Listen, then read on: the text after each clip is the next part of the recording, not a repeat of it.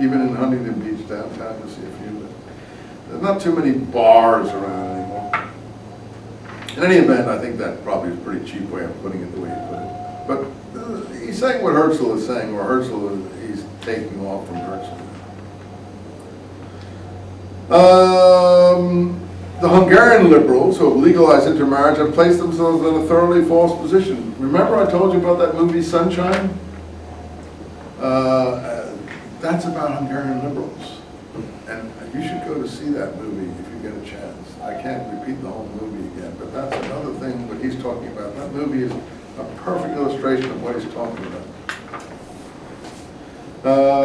Those who wish the Jews to disappear through intermarriage, is what he's talking about, can hope to see it done in only one way. They must rise so high economically that old social prejudice against them are overcome. Well, that may or may not be true in America.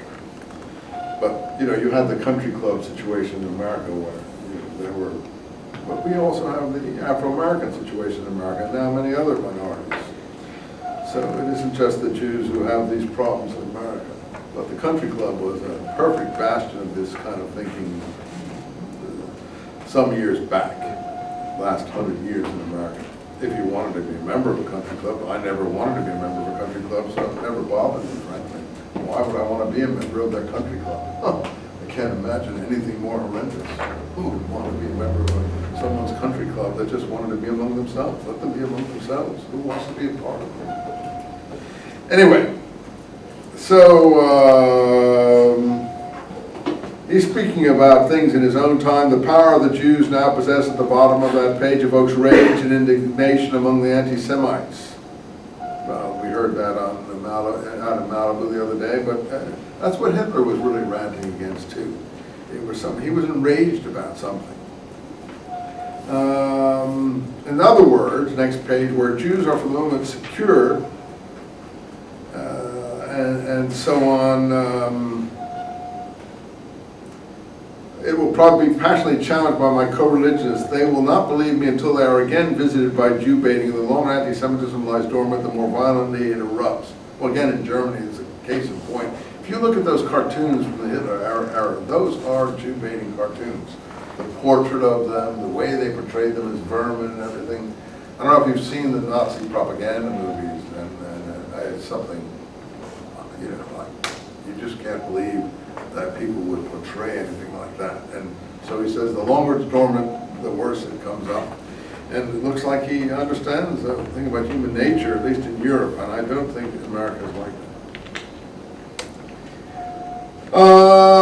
So he thinks that a lot of Jews will oppose him on this, which in fact they did. The ones who wanted to assimilate felt threatened by Herzl's presentation of the history. Anyway, look, let's deal with this issue of Jews who will feel frightened by what I'm proposing. I wish from the beginning in the middle of that page to deal with any mistaken ideas that might arise. In this case, the fear that if the present plan is realized, it could in any way damage property and interests now held by Jews in countries where they're thriving, where they're doing okay, and so on. And that's what happened in England when the Balfour Declaration came. The English Jews opposed it. The Balfour Declaration we will discuss presently is issued in the midst of the First World War, which is 20 years after what we're writing. So, you know, it seems like a light years away, but it's just 20 years later. It's 1917, and this is 1897 or so. So that's just 20 years. And the English Jews are the first ones who complain about it. Then the Arabs complain about it. And then a more serious objection is I'm giving aid and comfort to the anti-Semites when I say we are a people, one people. Or that I'm hindering assimilation. You see how totally opposed to Reform Judaism he is. And yet he's the epitome of a Reformed Jew. He's so reformed that Judaism means almost nothing to him. He's reformed it out of existence. It's only nationality now for him. So the very thing that the Reformed Jews have thrown in the wastebasket is the very thing that he embraces. Which is the point I keep making, but I think it's really well made. So look here, folks. He says here,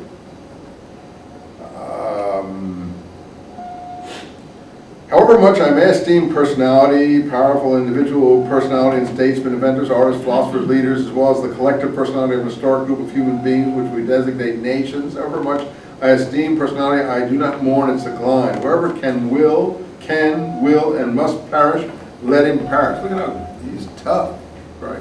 Look, if you don't want to be part of this thing, don't, but just don't stand in the way of the rest of us who want to be part of it. Just get out of the way. You want to sit there and do nothing and, you know, take your chances or be beaten up by this kind of thing, okay, fine, then do. He's really, he puts it more eloquently than I do. But the distinctive nationality of the Jews neither can, will, nor must perish. Well, that's absolutely true.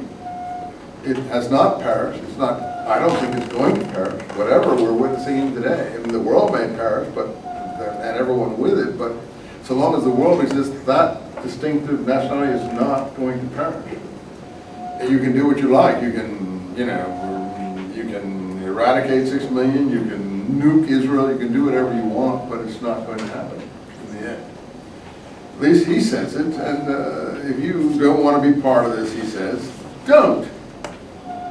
You know, just stand out of the way. See, here's his honor thing. It need not that as a descendant of countless Jews refuse to despair. This is what I keep emphasizing in this course here, about honor and so on. I'm trying once more to prove in this pamphlet. Whole branches of Jewry may wither and fall away, but the tree lives on. The whole thing does not, you see, hence if the French Jews protest against my scheme, because they're already assimilated, and my parents and their parents would have protested against it. No, we don't want that, you know. My mother would have been the first to protest against such a scheme.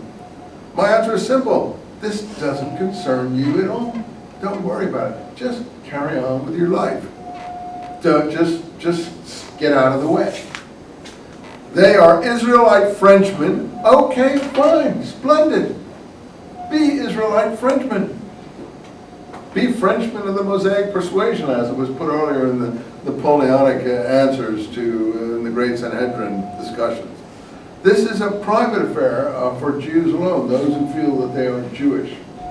That's it. You other ones, you don't want to be part of it? Don't.